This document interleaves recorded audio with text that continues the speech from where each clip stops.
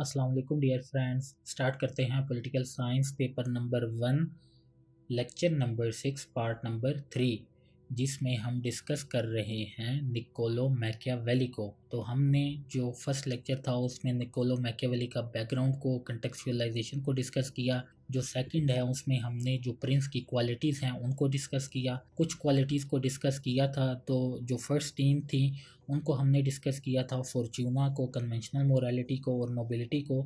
और आज के हम लेक्चर में जो बाकी की रेस्ट ऑफ द क्वालिटीज़ हैं, जो रेस्ट ऑफ द डेंजर्स हैं, उनको जो है वो हम डिस्कस करते हैं। तो स्टार्ट करते हैं अपने लेक्चर नंबर 6 के पार्ट नंबर 3 को।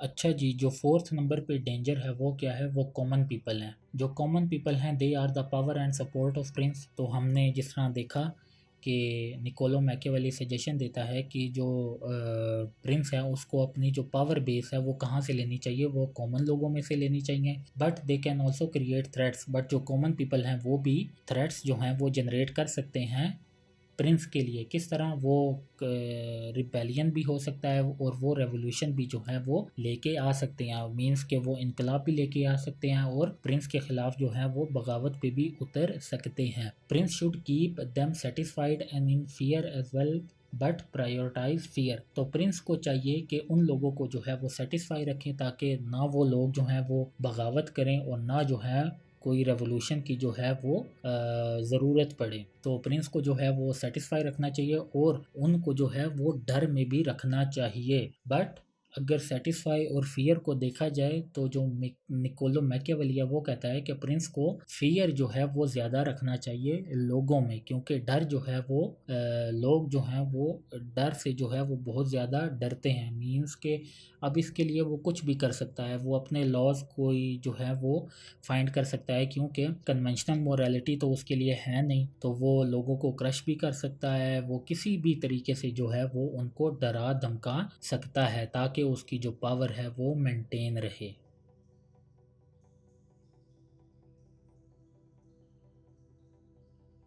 Prince should keep love and fear because love is temporary and fear is permanent.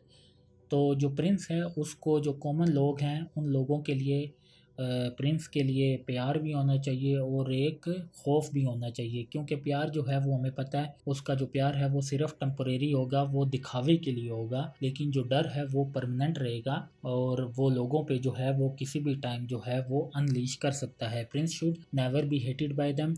तो जो कभी इस तरह की ज़रूरत ना पड़े कि जो लोग हैं, जो प्रिंस है उसको हेट करें। Never touch their private property women and custom. तो लोग जो हैं वो आपको पता है क्यों कभी किसी से जो है वो नफरत करते हैं रूलर से? क्योंकि मोस्टली जो रूलर होते हैं वो उनकी जो पर्सनल लाइफ है उनमें इंटरफेयर करते हैं। मींस के उनकी प्राइवेट प्रॉपर्टी को वो छेड़छाड़ करते हैं, उनकी वुमेन्स के साथ छेड़छाड़ करते हैं और उनके कस्टम्स को जो है वो डिस्टोर्ट करने की कोशिश करते हैं। तो प्रिंस को चाहिए कि अगर उसने अपना डर रखना है, प्यार भी रखना है और लोगों में से उसकी पावर बेस होनी चाहिए और उसको चाहिए कि लोग जो हैं वो उसको हेट ना करें, तो he never touch their private property women and custom, use violence in order to avoid greater violence. Collateral damage की बात कर रहा है कि अगर कहीं पे जो है वो थोड़ा सा वायलेंस होता है तो उसको चाहिए कि वो ज़्यादा वायलेंस जो है उसके बदले में उन लोगों के ख़िलाफ़ अनलीश करे ताकि जो बड़ी रिबेलियन है या बड़ा रेवोल्यूशन है उससे बचा जा सके। Appear honest but in real can go to any extent. तो जो क्या कहेंगे,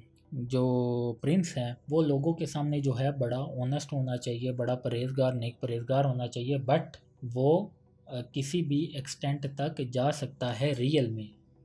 तो वो ये तमाम चीज़ें जो हैं वो निकोलो मैकियावेली जो है वो डिस्कस करता है प्रिंस के बारे में। और अभी जो है वो हम डिस्कस करेंगे जो लास्ट डेंजर है विच इज़ नेबरिंग स्टेट।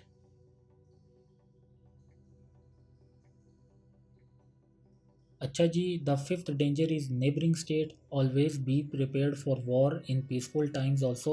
तो जो प्रिंस है उसको हमेशा वॉर के लिए प्रिपेयर रहना चाहिए, बेशक जो पीसफुल टाइम्स हैं उनमें भी। Citizens army should recruit instead of a mercenary army. तो जो प्रिंस है उसको चाहिए कि जो सिटीजन्स हैं उनको आर्मी में रिक्रूट करे instead of mercenary army. Mercenary आपको पता है जिस तरह पेड आर्मी होती है, आप किसी भी मुल्क की ले सकते हैं, जिस तरह जापान की है, सऊदी अरेबिया की है, और ओटोमन एम्पायर के पास भी कुछ मर्सनरीज थे तो जिनको हम हायर करते हैं और वो लोग जो हैं फिर हमारे लिए वर्क करते हैं। तो उसका मानना ये है कि हमें सिटीजन्स में से लोगों को रिक्रूट करना चाहिए, क्योंकि जब लैंड पे कोई ख़तरा होगा तो वो अपनी जी जान से लड़ेंगे। जो पेड आर्मी होगी उसको क्या लगे, वो तो जी जान से तो नहीं लड़ेगी। तो इस वजह से उसको चाहिए कि आर्मी में जो सिटीजन्स हैं उनको रिक्रूट करे। Know believe on any neighbour state, तो उसको जो है सबसे पहले जो नेबरिंग स्टेट है उनमें से किसी पे भी भरोसा नहीं रखना चाहिए। मीन्स के ऐसा ही होता है डिप्लोमेसी में,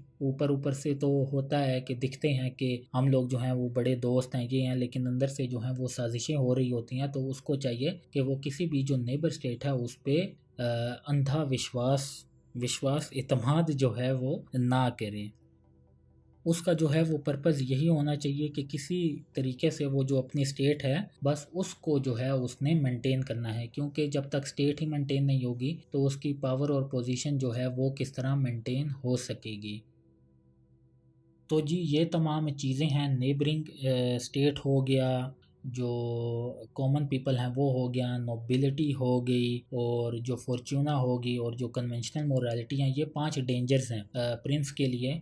तो प्रिंस को जो है इन तमाम चीज़ों के लिए जो है वो हर वक्त तैयार रहना है। तो यही चीज़ें हैं जिनका थ्रेट जो है वो इटली भी जो है वो सेम चीज़ें जो है वो फेस कर रहा था। उसको नेबरिंग स्टेट से भी ख़तरा था, उसके जो इंटरनल मामला थे वो भी ख़राब थे, वहाँ की जो नोबिलिटी थी वो भी इसी तरह की थी, और डिफरेंट चीज़ें थी। तो बस उसकी जो क्या कहते हैं फ़िलासफ़ी है वो यही है कि किसी ना किसी तरीके से जो इटली है वो यूनिफाई हो सके। और इटली को किस तरह यूनिफाई हमें करना पड़ेगा, हमारे पास जो है वो एक प्रिंस होना चाहिए जो कि इन 5 चीज़ों पर जो है वो पूरा उतरता हो। तो अभी जो है हम क्रिटिकल एनालिसिस पर आते हैं और देखते हैं कि क्या क्या लूप होल्स हैं इसकी फ़िलासफ़ी में।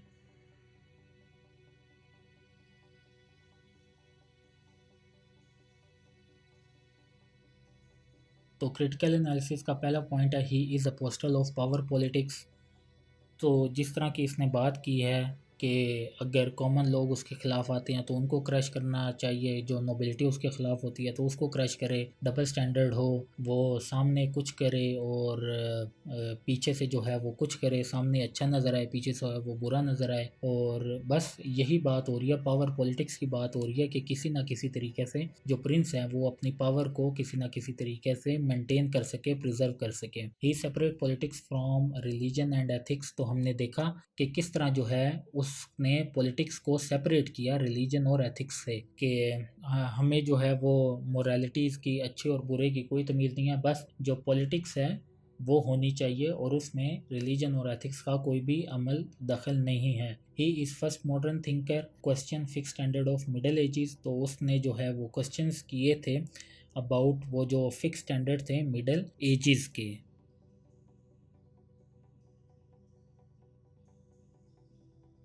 His theory is still relevant in international relations. तो इसकी जो थ्योरी है वो अभी तक जो है वो इंटरनेशनल रिलेशन में बहुत ज़्यादा वैलिड है। इंटरनेशनल रिलेशन में भी यही होता है, डिप्लोमेसी किसे कहते हैं, सामने से कुछ और पीछे से जो है वो कुछ करना, और तमाम चीज़ें जो हैं वो बस पावर पॉलिटिक्स के गिर्द ही घूमती हैं। अगर देखा जाए तो उस टाइम पे जो मैकियावेली है वो प्रिंस को बहुत ज़्यादा जो है वो बड़ा मान रहा था, वो स्टेट से बड़ा मान रहा था, और आजकल जो है जो स्टेट है वो लोगों से बहुत ज़्यादा बड़ी है। मतलब कि उस टाइम पे जो प्रिंस है उसकी वैल्यू जो है वो लोगों से बहुत ज़्यादा थी, और आजकल जो है वो स्टेट जो है उसकी वैल्यू लोगों से बहुत ज़्यादा है।